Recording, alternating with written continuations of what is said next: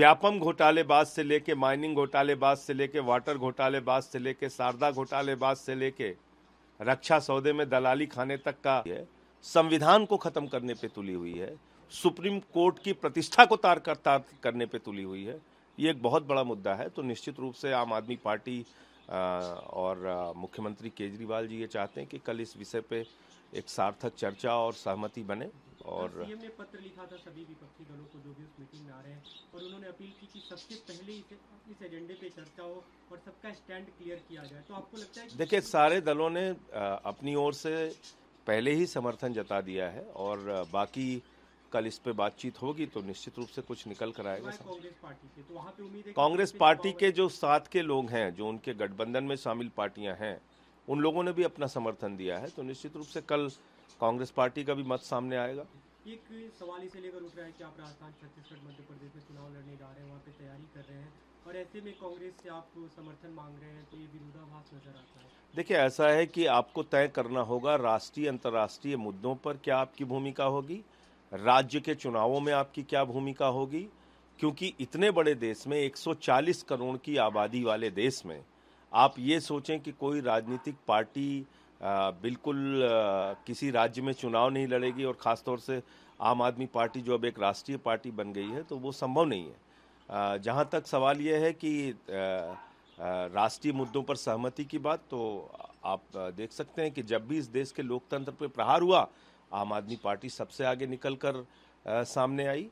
चाहे वो अरुणाचल प्रदेश की सरकार गिराई गई, चाहे उत्तराखंड की सरकार गिराई गई, चाहे महाराष्ट्र की सरकार गिराई गई, चाहे गोवा में तोड़फोड़ करके सरकार बनाई गई, कर्नाटक, मध्य प्रदेश में तोड़फोड़ करके सरकार बनाई गई। हमेशा हम लोग लोकतंत्र के पक्ष में खड़े हुए, कांग्रेस पार्टी के साथ जो कुछ भी हुआ उस वक्त उनके साथ खड़े हुए। तो सवाल ये है कि डेमोक्रेसी पे अगर कहीं प्रहार हो रहा है, जब इस देश में 3 काला कानून आया किसानों का, कांग्रेस पार्टी और आम आदमी पार्टी उस वक्त साथ साथ थे। तो इसलिए ये तो आपको तय करना पड़ेगा, प्राथमिकताएं तय करनी पड़ेंगी कि किस मुद्दे पर हमारी क्या भूमिका होगी। खास तौर से आज जब भारत के सीमावर्ती राज्यों में जो परिस्थितियां हैं, मणिपुर की जो हालत है, जो हालत इस देश में नफरत का बीज बोने की है, जिस तरह से पहलवानों के साथ हुआ, किसानों के साथ हुआ, जिस तरह से महंगाई बढ़ रही है, अग्निवीर योजना लाके नौजवानों को धोखा दिया गया, जिस तरह से चंद पूंजीपतियों को लाखों करोड़ रुपए सौंप दिया जा रहा है, ये बड़े मसले हैं। तो इन मसलों पर राष्ट्रीय स्तर पर अगर एक सहमति बनाने की बात हो रही है तो वो एक अलग विषय है, और राज्य के चुनाव एक अलग विषय है। सीएम ने कहा कि वो संविधान की कॉपी लेके जाएंगे, समझाएंगे।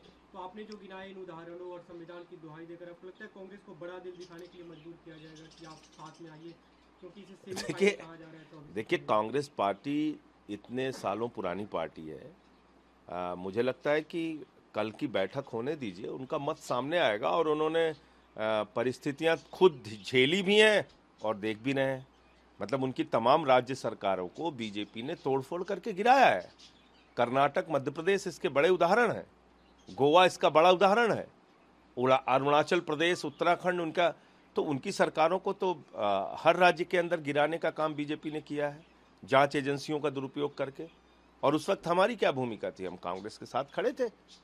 मीरा कुमार जी का चुना हुआ राष्ट्रपति का हम कांग्रेस के साथ खड़े थे, कांग्रेस की प्रत्याशी थी।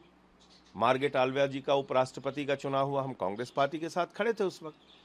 तो राष्ट्रीय मुद्दों पर, अंतर्राष्ट्रीय मुद्दों पर किस प्रकार की सहमति और भूमिका राजनीतिक दलों में होती है, वो अलग ढंग से उसका आकलन करना पड़ेगा।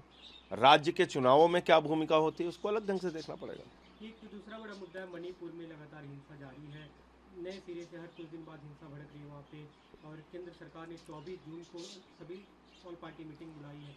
देखिए, मैं बार बार इस बात को कहता हूं कि भारतीय जनता पार्टी इस देश में नफरत की सबसे बड़ी फैक्ट्री है। जब तक बीजेपी है, इस देश में अमन, चैन और शांति नहीं हो सकती। और ये बात मैं इसलिए कह रहा हूं कि ये पहले हिंदू को मुसलमान से लड़ाते हैं, फिर हिंदू को सिख से लड़ाते हैं, फिर हिंदू को ईसाई से लड़ाते हैं, फिर जाट और गैर जाट लड़ाते हैं, फिर मराठा और गैर मराठा लड़ाते हैं, फिर आदिवासी के 2 समूहों को लड़ाते हैं। तो इनका काम है झगड़ा कराना। बेसिकली ये भारतीय जनता पार्टी नहीं है, भारतीय झगड़ा पार्टी है।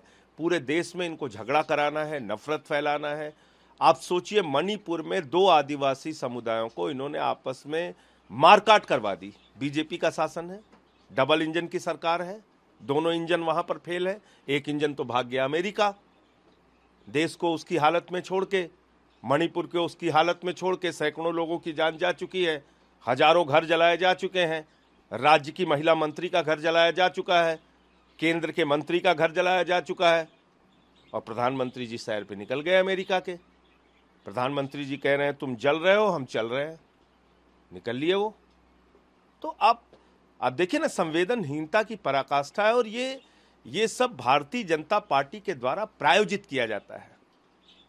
हिंदू मुसलमान को लड़ाने के बाद हिंदू हिंदू को लड़ा रहे हैं पूरे देश में।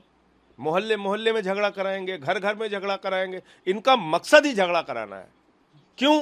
क्योंकि कोई काम नहीं करना इस देश की तरक्की के लिए इनको।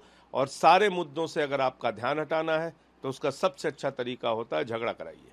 आपने प्रधानमंत्री के दौरे की बात की। प्रधानमंत्री अमेरिका दौरे पे हैं। उन्होंने जो बाइडेन की पत्नी, जो अमेरिका की प्रथम नागरिक है, उनको 7.5 कैरेट का लैब में विकसित हीरा गिफ्ट किया, साथ में कुछ हैंडीक्राफ्ट भी दिया।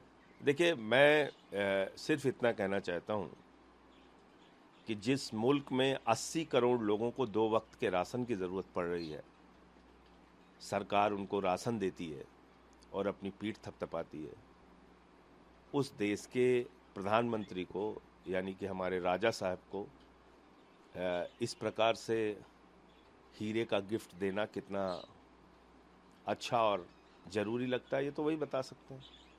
बाकी हालत इस वक्त क्या है, देश के आर्थिक हालत क्या है, ये तो किसी से छिपा नहीं है। 155 लाख करोड़ के कर्जे में हिंदुस्तान डूबा हुआ है।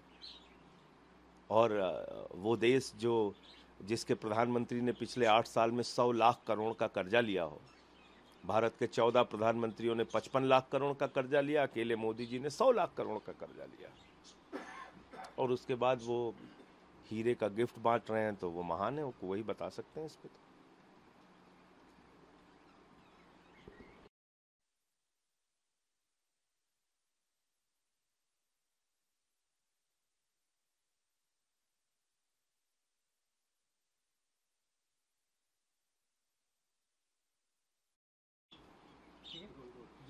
आप लोग की जो अपोजिशन यूनिटी की मीटिंग है, उस पर बीजेपी सवाल उठा रही है। ये भी तंज कसा जा रहा है कि इतने नेता हैं, लेकिन नेता सब लीडर कौन है? देखिए, पहली बात तो बीजेपी को क्या सवाल उठाने का अधिकार है? जिनके बाप दादा जिन्ना की मुस्लिम लीग के साथ समझौता कर चुके हैं, जिनके बाप दादा जिन्ना की मुस्लिम लीग के साथ 3 राज्यों में सरकार बना चुके हैं, जो लोग अफजल गुरु को शहीद मानने वाली पीडीपी के साथ सरकार बना चुके हैं, वो विपक्षी एकता पे सवाल उठा रहे हैं। आज क्यों इतना बौखलाई हुई है बीजेपी? क्योंकि बीजेपी को मालूम है कि अगर ये एकता हो गई तो इसके परिणाम उनके लिए बड़े गंभीर होंगे। पूरे देश में उनको हार का सामना करना पड़ेगा, और इसलिए बीजेपी परेशान है। बीजेपी को अपने गिरेबान में झांक कर देखना चाहिए। आज राष्ट्र के जो मुद्दे हैं वो महत्वपूर्ण है। बेरोजगारी का सवाल, काला धन का सवाल, चंद पूंजीपतियों को लाखों करोड़ का फायदा पहुंचाने का सवाल, भ्रष्टाचार का सवाल,